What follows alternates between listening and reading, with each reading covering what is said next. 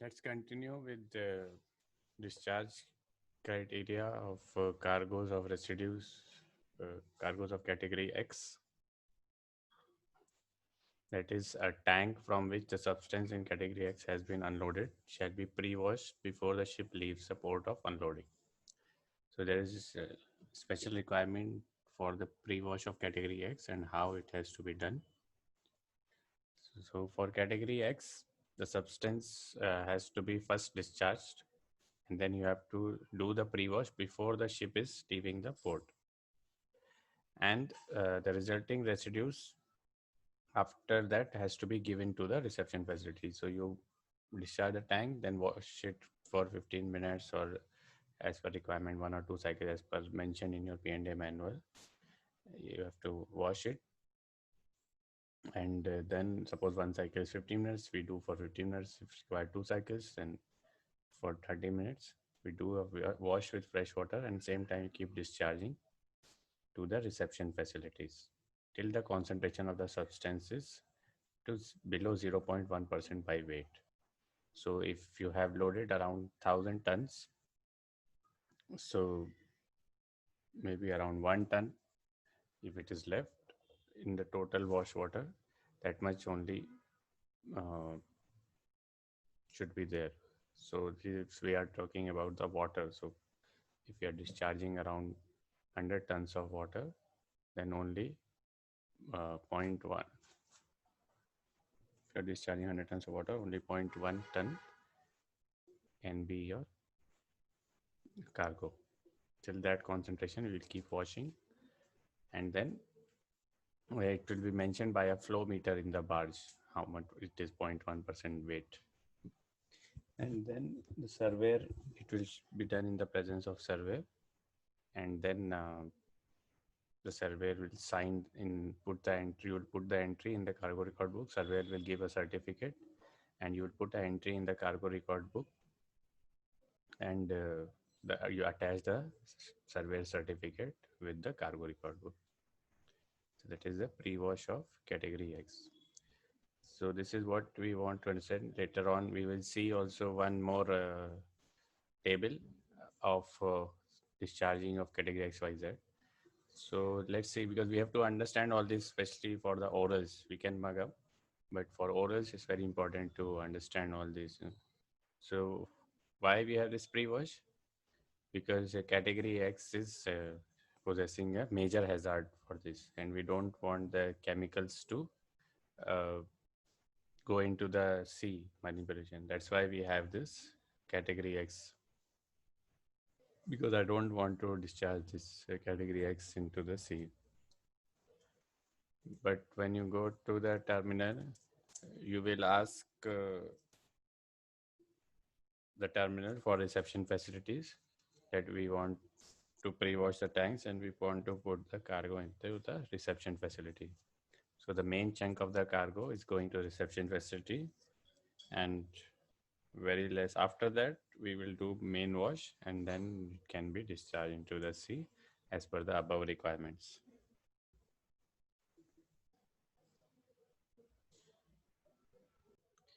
And like other this thing, that if the port is not here, the port is duty bound to have this reception facility. They cannot say that no, we cannot have, because then only they get the approval for loading discharging of that cargo. So category X is the most critical for pre-wash. Y and Z are not that dangerous.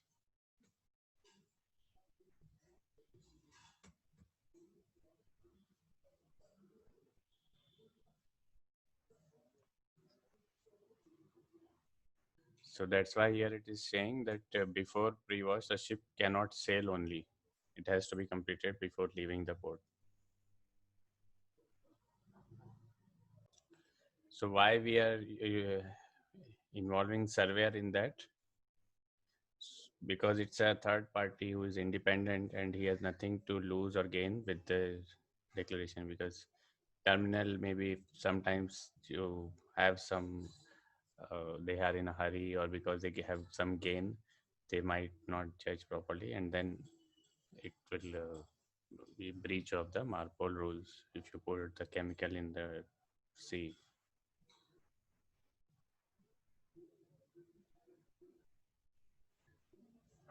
So cargo record book also entry has to be also endorsed by the surveyor. You have to take the surveyor stamp in that.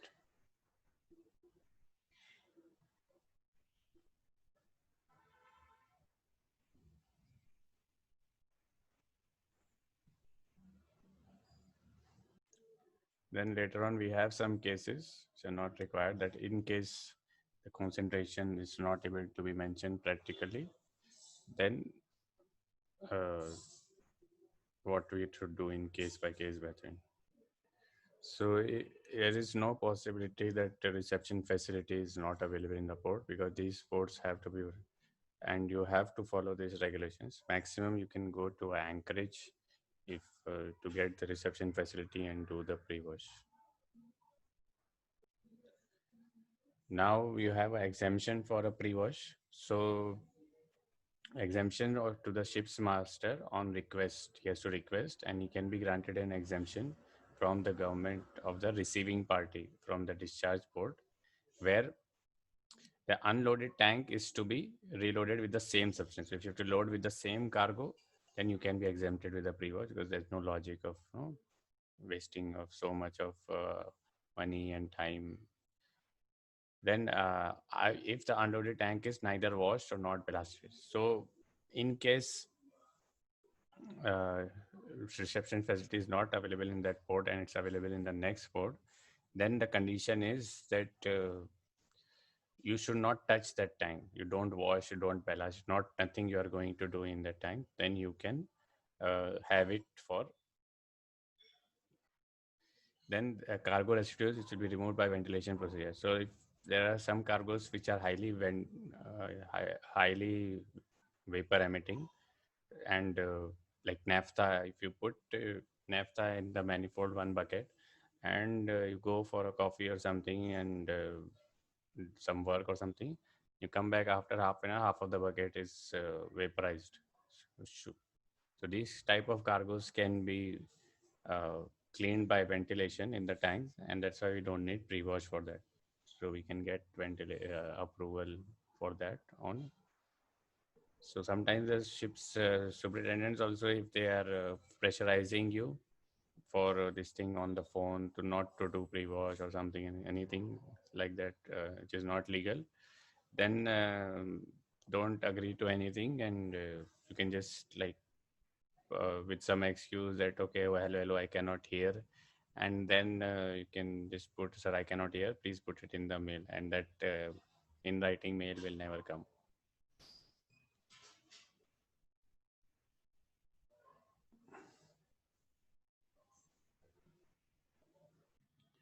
And also this category X cargo is generally loaded in type 1 ships, most hazardous category. Distance from the hull is the most.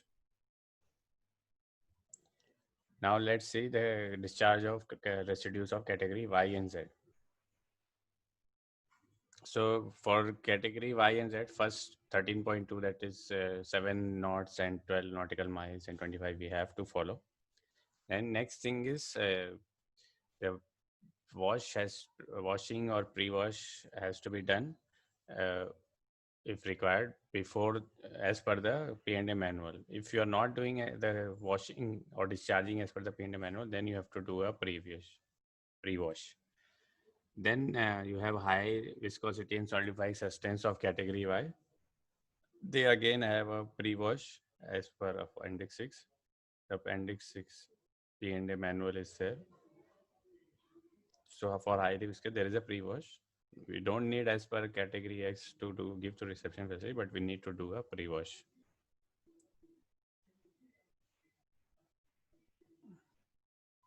So solidify means it will, as you come into ambient temperature, it will solidify, and highly viscous.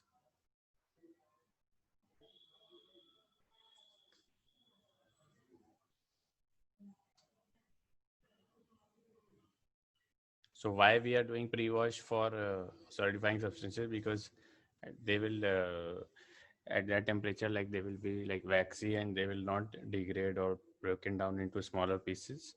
So that's why we need to do pre-wash.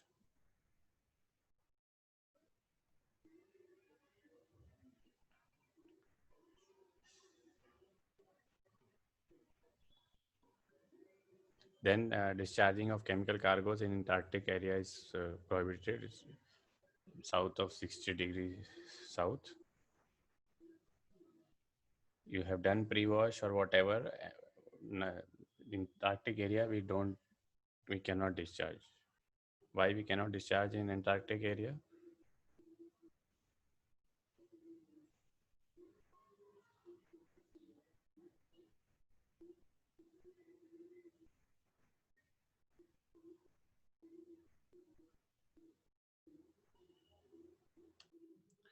So we cannot discharge in Antarctic area because the temperature is very low and there's not enough bacteria to break down this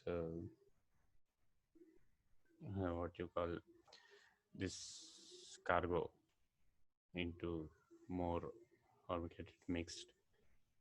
That's why we cannot discharge in Antarctic area. Now also discharging, it's a requirement, standard requirement in most of the company manuals, that there is some viscosity requirement for temperature and all, but simplified requirement in the company's cargo chemical tanker operation manual is that all cargoes should be loaded 10 degrees above their pour point. So cargo should not solidify. That's it. It is the way. So loading, discharging, and on the voyage, the cargo has to be kept 10 degrees above its pour point. Now let's see this is a discharge table, which mostly many times asked in your exams.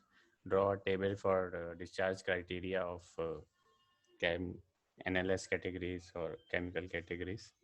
So X, Y, Z, and OS. Y is divided into highly viscous solidifying and non-viscous and solidifying.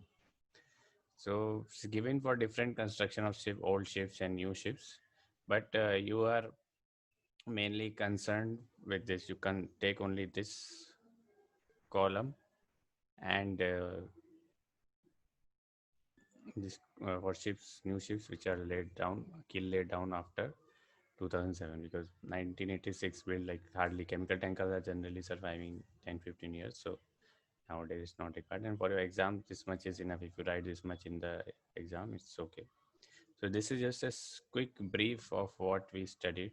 Category X stripping has to be done up to 75 liter. So that means if your tank is for around 1200 liters or tons, so once you discharge, the pump efficiency should be so much that only 75 liters of cargo is remaining. Then pre-wash is a requirement up to 0.1% by weight, 12 nautical miles, 25 depth and 7 knots and end load. This is common for all. Then category Y, highly viscous, again 75 liters and pre-wash. Then category Y, 75 liters only, pre-wash not required. In category Z, 75 liters, and other substances, there is no limitation.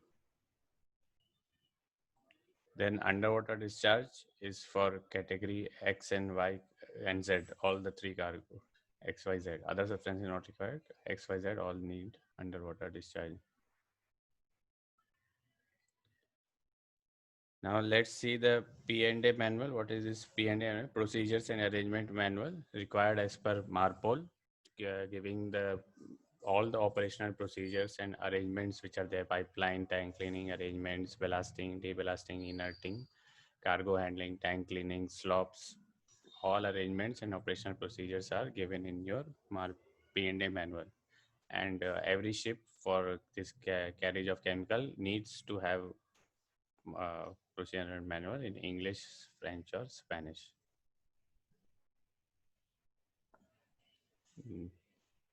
After this, we will see the PND manual. Then you have appendix for the format of PND manual. And after that, you have the cargo record book. We will see after this.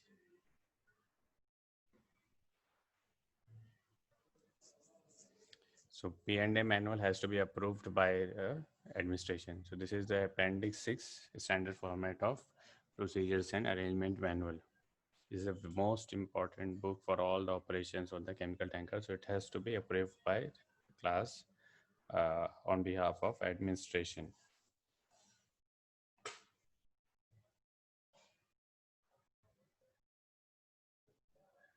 So ship's details. Then you have introduction of the annex is also there.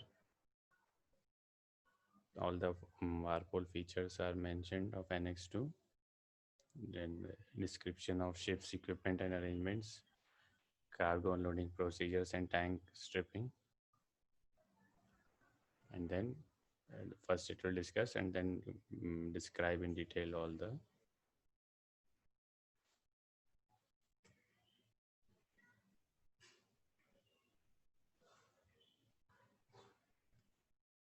So whatever is mentioned here should be mentioned in the PND manual. Now the ship's equipment and the arrangements. So ship specific equipment. So ship specific equipments, whatever is there, the machines, the sensors, the PV wall, PV breaker, the settings, everything this will be mentioned here. Line diagrams, cargo piping arrangement, pumping arrangements, piping arrangements, stripping system, stripping pumps, line draining, quantity, pressure settings, ventilation, flow rate of your ODME, ventilation pipes, ventilation fans, gas-free fans, drying procedures, heating arrangements, stripping, inerting, unloading, discharging, tank cleaning, tank stripping. What will be the temperature of washing, tank cleaning, heating, how the pollution can be avoided, and main thing is about reducing the pollution, and then how the efficiency of the chemical tanker can be increased if you follow the. So now let's see this as a PND manual of a ship. You can see this stamp from the flag state. So on behalf of Panama flag state, NK class has approved after surveying, mostly in the initial dry dock, the ship is constructed and equipped as per the Marpol Annex 2. So this is the all plans are not approved by class, but the main plans which are required for your which are critical will be approved. Like carbon management plan is not approved because it's their company can have some, it can change the color coding and all. So company has to follow as per Marpol. So let's look at the various content of the Marpol. Again, same in that format. It says for two sister ships, and in the details and introduction, again same for Marpol Annex 2 as per the Marpol regulations. Then we have the index or whatever are the contents of PND manual, loading, unloading, tank cleaning, discharging of residues, ballasting, deballasting. List of cargoes we can carry will also be mentioned in this. Cargo tank information, flow diagrams, stripping requirements, cleaning and disposal procedures, compatibility chart, which cargo is compatible with which cargo, pre-wash, ventilation. Then there are some plans attached, general arrangement, capacity tables, which, so it's a one-stop shop for everything related to chemical tankers. And if you here we can come to this and we can get everything, all the details in the P&A manual. Everything is, you can capacity tables,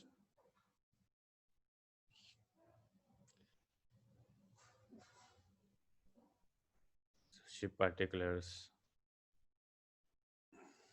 then brief of the pump and layout of the pumping systems.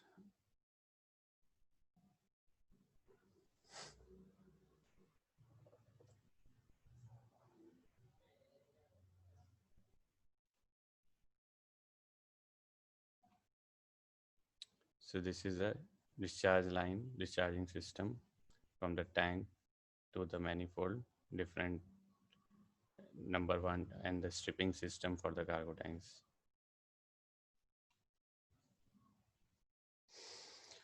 So all the rubber hoses here, which valves to be kept open and closed with the numbers, what pressure to be, what is the arrangement, all is listed.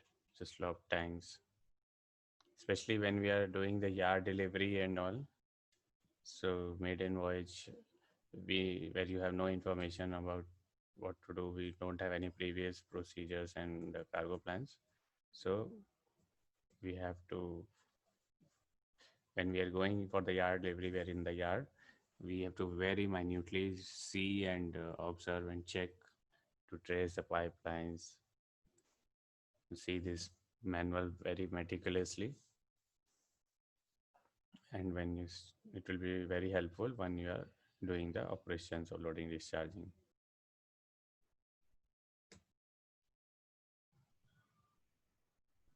Then again, the marpol categories, special areas and discharging requirements.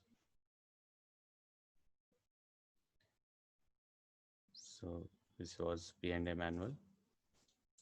Then we have the attached cargo record book plan also here. Some technical instability. So there is a three copies. One is with master for showing to the inspectors, and one with the chief officer. And you can also ask if you want to read or something.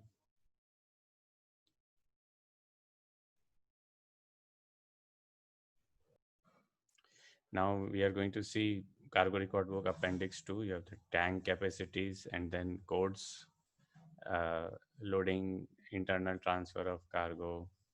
So you have to enter the place of loading, then the tank's number, quantity, and it's countersigned by the officer. Same for loading, discharging, tank cleaning, then pre-wash. So this pre-wash and all has no connection with the oil record book. So sometimes you have a oral question or some your cadet can ask you, why do we need cargo record book when we have a oil record book?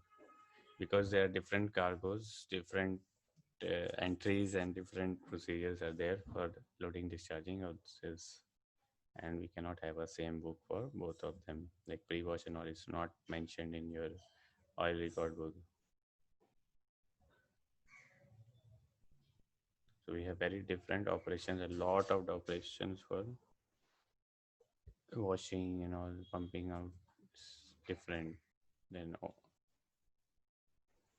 different marpol requirements. That's why we have the different books.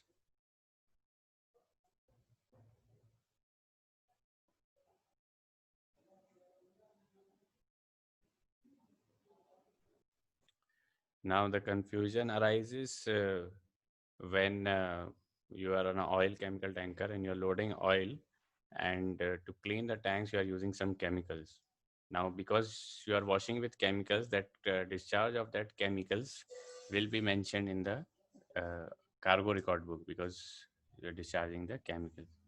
But there are some ships which are designated, old ships designated only for oil, they will have only oil record book, then you no need to mention about the cargo record book.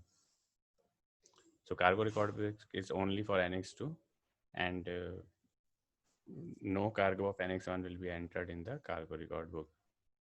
Same for Annex 1 oil record book, no Annex 2 cargo will be mentioned. Annex 1 for oil record book and Annex 2 cargo record book. So this is the format and the codings of all the procedures, the contents of your cargo record book.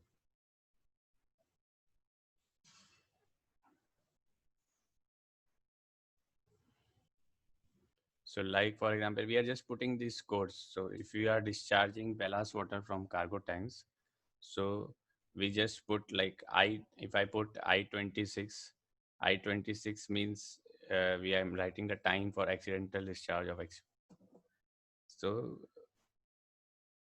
then now let's look at that J, controlled by authorized surface, for which requirement is by this. So this is for pre-wash, correct? So identify port, like if you are discharging in Chennai, discharging port, which tanks you had category X, what was the substance, what category, and discharge ashore. So if it is done as per PND manual or not, as per the piping systems. So we just write J32 and we put yes. We don't write all this what is written here. So that's how the entries can be done faster. So this is the format of cargo record book. We put the date and code letter J and all, and the item number 12456, and then the entry of whatever is the description of what is required. And we also have to sign each entry, whoever is doing the operations. So the surveyor also has to be authorized. He has to be list in the authorized surveyor. So record of operation and the signature of officer in charge or the authorized surveyor and the name. And at the last of the page, it will be signed by the master. All pages will be signed by the master, and it's better to check one or two entries from the. So he can verify one or two entries, and then because he is responsible for that, he has to sign. In some places, it's confusion that who will sign, or can third officer or second officer sign. So it is written in the oil record book that each operation shall be signed by the officer or officers in charge. So officers in charge can be like yours. Chief officer is the in charge, then he is doing with the second officer or third officer. So even second officer and third officer can sign if they are doing the operation. That is what they understood from these lines.